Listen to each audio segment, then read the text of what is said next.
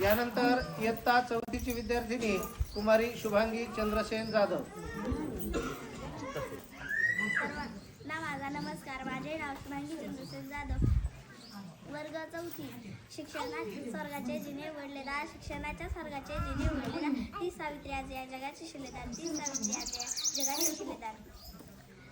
अध्यक्ष महोदय, पूज्य गुरुजन वर्ग व माझ्या सर्व बालमित्र मैत्रिणींनो, आज मी आपल्यासमोर येथे भारताच्या पहिल्या महिला शिक्षिका यांच्याबद्दल माझ्या मनोगत व्यक्त करणार आहे. सावित्रीबाई फुले यांचा जन्म 3 जानेवारी 1891 रोजी सातारा जिल्ह्यातील नायगाव येथे झाला. त्यांच्या आईचे नाव लक्ष्मीबाई व वडिलांचे नाव खंडूसिंह पाटील असे होते. त्यांचा विवाह वयाच्या अवघ्या 9व्या वर्षी झाला. लग्नानंतर ज्योतिबा फुले यांनी सावित्रीबाई फुले यांना लिहायला वाचायला शिकवले. महात्मा फुले व सावित्रीबाईंनी सन 1948 मध्ये पुण्यातील बुधवारपेठेत मुलींसाठी पहिली शाळा काढली. मुलींना शिकवायला जाताना